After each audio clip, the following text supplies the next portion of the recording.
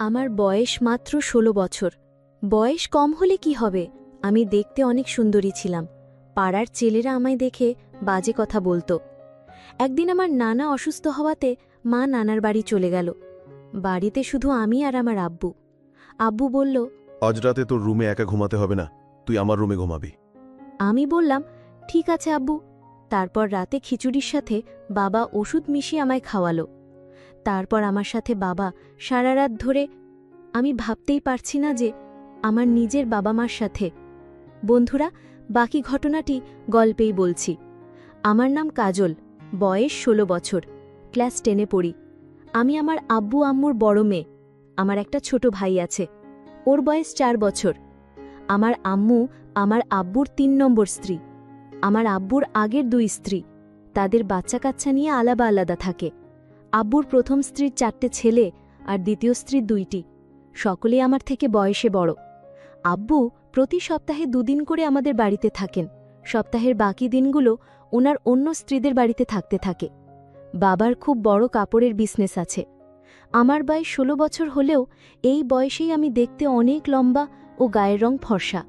যখন আয়নায় নিজেকে দেখি তখন আমি নিজেই অবাক হয়ে ভাবি, আমি এত সুন্দর। একদিন আমার নানু হঠাৎ করে অসুস্থ হয়ে পড়লেন। নানু বাড়ি থেকে সকালে ফোন করে জানানো হলো। খবর শুনেই আম্মু আমার ছোট ভাইকে নিয়ে তড়িঘড়ি করে তাকে দেখতে হসপিটালে বেরিয়ে গেলেন। আমি বাড়িতে একা রইলাম। আম্মু দুপুরের দিকে আমাকে ফোন করে বললেন যে তার আব্বুর অবস্থা খুব খারাপ, তাই আম্মু আগামী ৯ দিন হয়তো বাড়িতে ফিরতে পারবেন না। মাকে আমার নানুর বাড়িতে থাকতে হবে আর প্রতিদিন হসপিটালে থাকতে হবে। আম্মু আমাকে আরও বললেন, একটু আগেই তোর আব্বুর সাথে ফোনে কথা হয়েছে। তোর আব্বু কথা দিয়েছে যে আগামী ২-৩ দিন সে রাতে বাড়ি ফিরে আসবে। তোর কোনো চিন্তা নেই, তোকে রাতে একা থাকতে হবে না। তবে রান্নাবান্নার ব্যবস্থা তোকেই করতে হবে। সকালে তোর আব্বুর জন্য খাবার আর দুপুরে টিফিনটাও তোকে বানিয়ে দিতে হবে। যদি বাজারের দরকার হয় তাহলে তোর আব্বুকে বলবি, তোর আব্বু যাবার আগে তোকে দরকার মতো বাজার করে দেবে। আম্মু জানতেন যে আমি যেটুকু রান্নাবান্না জানি তাতে ২-৩ দিন কাজ চালিয়ে নিতে পারব। রাতে আব্বু দোকান থেকে ফেরার পর আমি আব্বুকে বললাম, আব্বু তোমাকে চা করে দেব? আব্বু বলল, তুই পারবি তো গ্যাস জ্বালিয়ে চা করতে? আমি হেসে বললাম, আমি এখন একটু একটু করে রান্নাবান্না করা শুরু করেছি, কোনো অসুবিধে হবে না। অসুবিধা হলে বলিস, তাহলে হোটেল থেকে খাবার এনে নেব। আমি আব্বুকে নিরস্ত করে বললাম, তার কোনো দরকার নেই আব্বু, আমি সব পারব। আব্বু খুশি হয়ে আমার মাথায় হাত বুলিয়ে বাথরুমে ফ্রেশ হতে ঢুকল, আর আমি রান্নাঘরে চা করতে ঢুকলাম। আম্মু থাকলে আম্মুই আব্বুর জন্য চা করত। আমি চা করতে গিয়ে মনে হলো, আব্বু কতটা চিনি খায় তা তো আমি জানি না। আমি তাই আব্বুর কাছে গেলাম কতটা চিনি দেব সেটা জানতে। বাথরুমের দিকে গেলাম, গিয়ে দেখি বাথরুমের দরজা খোলা। আব্বু কি যেন একটা করছে লুকিয়ে লুকিয়ে। আর একটু কাছে গিয়ে যা দেখলাম তাতে আমার চোখ ছানা বড়া হয়ে গিয়েছিল। দেখি আব্বু আমার জামাকাপড় ধুয়ে দিচ্ছে। আমি আব্বুকে বললাম, আব্বু তুমি আমার জামাকাপড় ধুয়ে দিচ্ছ কেন?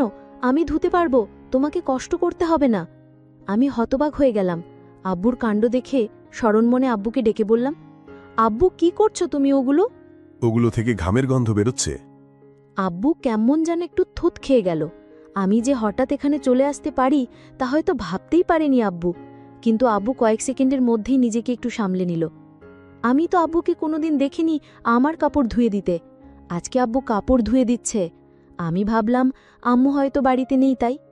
আব্বু আমার হাতের চা খেয়ে খুব খুশি হলো। আমরা একসাথে টিভি দেখতে বসলাম। টিভিতে একটা সিনেমা চলছিল। সিনেমাতে হঠাৎ একটা অদ্ভুত দৃশ্য দেখতে পেলাম, আর সেটা দেখে আমার ভয় করতে শুরু করলো। আমি ভূতকে খুব ভয় পাই। আমার এই ভয় অবস্থায় নিজের আব্বুকে নিজেরই কেমন যেন অচেনা বলে মনে হতে লাগলো। যে আব্বু আমাকে কষ্ট করে বড় করেছে, যে আব্বুর কাছে এটা ওটা বায়না করেছি, দুষ্টুমি করলে বা পড়াশোনায় ফাঁকি দিলে আব্বুর ধমক খেয়ে যে অভিমানে কান্নাকাটি করেছি, শরীর খারাপ হলে যে আব্বু আমার পাশে সারা রাত ঘুমিয়ে থেকেছে, সেই আব্বুকে আজ হঠাৎ কেমন যেন অচেনা একটা বাইরের লোক বলে মনে হচ্ছিল। আব্বুকে আজ আমি অন্যরকম দেখতে পেলাম। চট করে উঠে পড়ে রান্নাঘরের দিকে হাঁটা দিলাম। আব্বুকে বললাম, আব্বু আমি একটু রান্নাঘরে যাচ্ছি, আমাকে রাতের খাবার গরম করতে হবে। আমি আব্বুকে দেখলাম আমার পিছু পিছু রান্নাঘরে চলে আসছে। আমি আব্বুকে বললাম, তোমার আসার দরকার ছিল না, আমি সবকিছু করতে পারবো। তারপর রাতে আমি আর আব্বু একসাথে খাবার টেবিলে খেতে বসলাম। দেখি খাবার খেতে বসেও আব্বু এক অন্যরকম দৃষ্টিতে আমার দিকে বারবার তাকাচ্ছে। জীবনে কোনোদিন আব্বুকে আমার দিকে এরকমভাবে তাকাতে দেখিনি আমি। আব্বু হঠাৎ আমাকে জিজ্ঞেস করল, তোর আম্মু কবে ফিরবে? আমি বললাম, জানি না, তবে আম্মু আজ ফিরতে পারবে না, সেটা বলেই গেছে। কাজল, আজ রাতে তুমি আমার রুমে ঘুমাবে। কেন আব্বু? আমি তো আমার ঘরে শোবো বলে বিছানা করে রেখেছি। আজকে তো তোমার আম্মু নেই, আলাদা বলে শুয়ে কি হবে? আর তাছাড়া আমি তোমাকে একা একা রুমে ঘুমাতে দিতে পারি না। আমি বিশেষ কিছু না ভেবে মাথা নেড়ে সম্মতি দিলাম। রাতে আমি আম্মুর শোবার ঘরে গিয়ে খাটের মশারিটা নিয়ে শুয়ে পড়লাম। আব্বু তখন বাথরুমে। বাথরুম থেকে ফিরে ঘরে ঢুকে দরজা বন্ধ করে দিল আর লাইট নিভিয়ে দিল। আমি বললাম, আব্বু লাইটটা জ্বালাও। না থাক, লাইট না নিভে দিলে আমার ঘুম আসে না। লাইট নিভে পুরো ঘরে অন্ধকারে ছেয়ে গেল আর আমি ঘুমিয়ে পড়লাম। আধ ঘন্টা পর হঠাৎ আমার ঘুম ভেঙে গেল। আমার কোনোভাবেই ঘুম আসছিল না। আমি লক্ষ্য করলাম আব্বু ঘুমায়নি, এখনো জেগে আছে। আমি আব্বুকে বললাম, আব্বু তুমি এখনো ঘুমাওনি কেন? আব্বু তখন বলল, আমার ঘুম আসছে না, তোর মায়ের কথা খুব মনে পড়ছে। আমি আব্বুকে বললাম, আব্বু একদিন হলো না আম্মু বাড়িতে নেই, আর তাতেই তুমি এত চিন্তিত হয়ে গেছো? আমি তোর মাকে অনেক ভালোবাসি। তুমি শুধু আম্মুকেই ভালোবাসো? এই পরিবারের সবাইকে ভালোবাসি, তবে তোকে একটু বেশি স্নেহ করি। জানো আব্বু, পাড়ার বদমাইশ ছেলেগুলো মাঝে মাঝে আমার দিকে কেমন দৃষ্টিতে তাকিয়ে থাকে।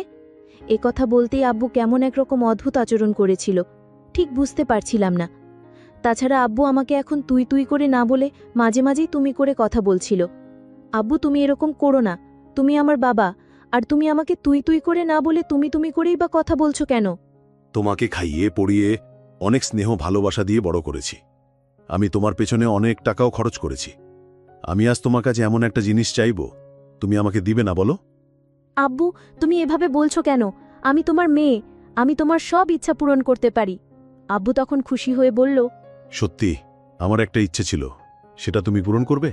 আব্বু তুমি কেন ভয় করছো? আর আমি তোমার মেয়ে, আমার কাছে কোনো কিছু লজ্জা পেলে কি চলবে? তুমি বলো, আমার কাছে কি চাও আব্বু? আচ্ছা মা, আমি তোমার আম্মুর সাথে যা করি আমি তোমার সাথে তা করতে চাই, তুমি কি তাতে রাজি? আব্বু তুমি এসব কি বলছো? আমি তোমার মেয়ে, আমি কি বড় হয়ে গেছি যে আমি তোমার সকল কথা রাখতে পারবো? আমি তো এখন অনেক কিছু বুঝি না। আব্বু আমি তোমার মেয়ে, আর তুমি কি বলছো এসব? আমি এই কথা কিছুতেই রাখতে পারবো না। আব্বু তখন কেঁদে বলল, তুমি যখন ছোট ছিলে তখন তোমার শরীর খারাপ হলে কত রাত আমি না ঘুমিয়ে জেগে থেকেছি জানো? তুমি কত বায়না করেছো আমার কাছে, তোমার সব ইচ্ছা, বিভিন্ন গিফট আমি কষ্ট করে তোমার আবদার পূরণ করেছি। আজ তোমার কাছে আমি একটা সামান্য জিনিস চাইছি, তা তুমি দিতে পারবে না আমায়? বাবা এটা সামান্য না, এটা কেউ দিতে পারবে না। তাহলে তুমি আমাকে এত বড় কষ্ট দিলে, তুমি মুখে উপর না করে দিলে। আমি জানতাম না আমার মেয়ে এতটা পাষাণ হতে পারে। বাবা এটা কি করে সম্ভব তুমিই বলো। আর তোমার মতো বাবা আমি খুব কম দেখেছি। যেটা পারবো না সেই জিনিসের কথা কেন বললে বাবা? আমি বাবাকে তখন কান্না করতে দেখলাম। বাবা কাঁদছে। আমি বাবাকে বললাম, তুমি কাঁদছো কেন এইভাবে? ঠিক আছে, তুমি যদি কান্না না থামাও, তুমি আমায় যা বলছো সবকিছু আমি কিন্তু আম্মুর কাছে বলে দিব। না মা, মা এসব কি কাউকে বলা যায়? তুমি তোমার আম্মুকে কিছু বলো না। যদি তোমার আম্মুর কাছে আমার কথা বলো তাহলে তোমার আম্মু এ বাড়িতে আমার জায়গা দিবে না। তাই তোমার আম্মুকে এসব বলতে চেও না। তুমি কি চাও এ বাড়ি থেকে আমি দূরে কোথাও চলে যাই? তাহলে আব্বু তুমি আর কোনোদিন এইসব কথা বলবে না। ঠিক আছে মা, বলবো না। তবে আমার একটা অন্য কথা আছে, সেটা রাখবে না মা? আব্বু তোমার এইসব কথা ছাড়া আমি তোমার সব কথা রাখব। লক্ষ্মী মেয়ে আমার, তোমার আম্মু কাল আসবে না। তুমি আর আমি কাল বাড়িতেই থাকব, তাই না? আমি কাল হোটেল থেকে খাবার নিয়ে আসব তোমার জন্য। বাবা আমি তো রান্না করতে পারি, তাহলে হোটেল থেকে খাবার আনবে কেন? আম্মু তোমাকে আর আমি কষ্ট করতে দিব না তাই। আর তাছাড়া হোটেলের খিচুড়ি খাই না অনেক দিন ধরে। তোমার তো খিচুড়ি অনেক প্রিয়, তাই না মা? আব্বু হোটেলের খিচুড়ি আমার অনেক প্রিয় খাবার। তাহলে কালকে রান্না করার দরকার নেই, আমি দুজনের জন্য হোটেল থেকে খিচুড়ি নিয়ে আসব। ঠিক আছে আব্বু, তুমি কাল আমার জন্য হোটেল থেকে খিচুড়ি নিয়ে আসবে। পরের দিন আমি সারা দিন ঘরে বসে টিভি দেখছিলাম আর বাবা বাজারে চলে গেল। রাত 10টা হয়ে গেছে, বাবা এখনো বাজার থেকে ফিরছে না। আমি বাবাকে ফোন দিলাম, ফোনটাও রিসিভ হচ্ছে না। আমি চিন্তায় পড়ে গেলাম। আমি চিন্তা করতে করতে হঠাৎ দরজায় নক করল। আমি দরজাটা খুলে দিলাম। দেখলাম বাবা আমার জন্য খিচুড়ি নিয়ে হাজির। বাবা বলল, এই খিচুড়ি অনেক স্বাদের, আমি বাজারে গেলে মাঝে মাঝেই খাই। আজ তোমার জন্য স্পেশাল খিচুড়ি নিয়ে আসলাম। আব্বু, তুমি হাত মুখ ধুয়ে এসো, আমরা একসাথে খাবো। ঠিক আছে মা, আমি হাত মুখ ধুয়ে আসছি। তুমি খিচুড়ি টেবিলে রেডি করো। বাবা টেবিলে বসল আর আমি 2টা প্লেটে করে খিচুড়ি নিয়ে আসলাম। বাবা হঠাৎ বলল, মা, আমার শরীরটা খারাপ লাগছে, আমি এখন কিছুই খেতে পারবো না, তুমি খেয়ে নাও। না বাবা, তোমার খেতে হবে, নইলে আমি খাবো না। মা, আমি অনেক খুশি হলাম, কিন্তু আমার খেতে ইচ্ছা করছে না। হঠাৎ কেমন জানি হচ্ছে, আমি খেতে পারবো না। মা, তুমি সবটুকু খিচুড়ি খেয়ে নাও। যদি পারো তাহলে আমাকে 1 গ্লাস ঠান্ডা পানি দাও। বাবার এই মতলব আমি বুঝতে পারিনি। আসলে বন্ধুরা, বাবা কেন খিচুড়ি খেতে চাইল না তা যদি তোমরা জানো তাহলে তোমাদের হুশ উড়ে যাবে। এই খিচুড়ি আমি খাওয়ার পরে আমার কি হয়েছিল এবং বাবা আমার সাথে কি করছিল তা জানতে ভিডিওটি শেষ পর্যন্ত দেখতে থাকো। যাই হোক বন্ধুরা, আমি সেই খিচুড়ি বাবার আদেশে খেয়ে নিলাম। খিচুড়িটা অনেক টেস্ট হয়েছে, আমার কাছে খুব ভালো লাগছিল। কিন্তু খিচুড়িটা খাওয়ার পর হঠাৎ আমার মাথাটা যেন ঝিমঝিম করছিল, আমার চোখ দিয়ে অন্ধকার দেখতে পেলাম। আমি বাবাকে বললাম, বাবা, আমার শরীরটা জানি কেমন করে করতেছে, আমি ঘুমাবো, আমি আমার রুমে ঘুমিয়ে পড়ি। বাবা, তুমি তোমার রুমে গিয়ে শুয়ে পড়ো বাবা। আমি আমার রুমে গিয়ে শুয়ে পড়লাম আর দরজাটা লক করতে ভুলে গিয়েছিলাম। আমি তখন বিছানায় শুয়ে পড়লাম আর শুয়ে পড়ার সাথে সাথে ঘুমিয়ে গেলাম। আমি গভীর রাতের জন্য অপেক্ষা করতেছিলাম। রাত 2টা বাজে, তখন আমি আমার মেয়ের রুমে গেলাম। তারপর তার বিছানায় বসলাম। দেখলাম আমার মেয়ে নিষ্পাপ শিশুর মতো ঘুমাচ্ছে। আমার মেয়েকে চাঁদের চেয়েও সুন্দর লাগছিল। আমি আমার মনের অজান্তে ভুলেই গিয়েছিলাম এটা আমার মেয়ে। আমি যখন আমার মেয়ের দিকে তাকিয়েছিলাম তখন দেখলাম মেয়ে আমার খুব শান্তিতে ঘুমাচ্ছে। আমার মাথায় বারবার জানান দিচ্ছিল, আজ তোমার সুযোগ, আজ তোমার এই সুযোগ কখনো ছেড়ে দিও না, কারণ এই সুযোগ তুমি আর পাবে না, আজই তোমার সময়। আমার মাথায় এই চিন্তা ভর করল। হঠাৎ লক্ষ্য করলাম আমার মেয়ে আমার দিকে তাকিয়ে আছে। মাত্র দেখলাম ঘুমিয়েছিল, হঠাৎ চোখ খোলা, এক দৃষ্টিতে আমার দিকে চেয়ে রইল। আমি একটু ভয় পেয়ে গেলাম। আমার মেয়ে কি না মনে করে এত রাতে তার রুমে আমি আমার মেয়েকে বললাম, মা, তুমি মশারি টানাতে ভুলে গিয়েছ, তাই তোমায় মশা থেকে বাঁচাতে আমি মশারি টানিয়ে দিতে আসলাম। দেখি আমার মেয়ে কোনো কথা বলে না, আমার দিকে এক পলকে চেয়ে রইল। আমি বললাম, মা, তুমি কথা বলছো না কেন? আমি আরও একটা জোরে ডাক দিলাম, মা, তুমি কথা বলছো না কেন? আমি আমার মেয়ের নাকের কাছে হাত দিয়ে দেখলাম সে নিঃশ্বাস নিচ্ছে না। আমি বুঝতে পারলাম আমার মেয়ে দুনিয়াতে নেই, আমার মেয়ে মারা গেছে। আমি চিৎকার করে কান্না করতে করতে বললাম, আমি কি করলাম? আমি আমার মেয়েকে নিজের দোষে দুনিয়া থেকে বিদায় করে দিলাম। আমি তো জানতাম না যে এই খিচুড়ি খেলে মেয়ে মারা যাবে। আমি ভেবেছিলাম ঘুমিয়ে থাকবে, কোনো হুঁশ থাকবে না। এখন তো দেখি আমার মেয়ে মারা গেছে, আমার শাস্তি হওয়া উচিত।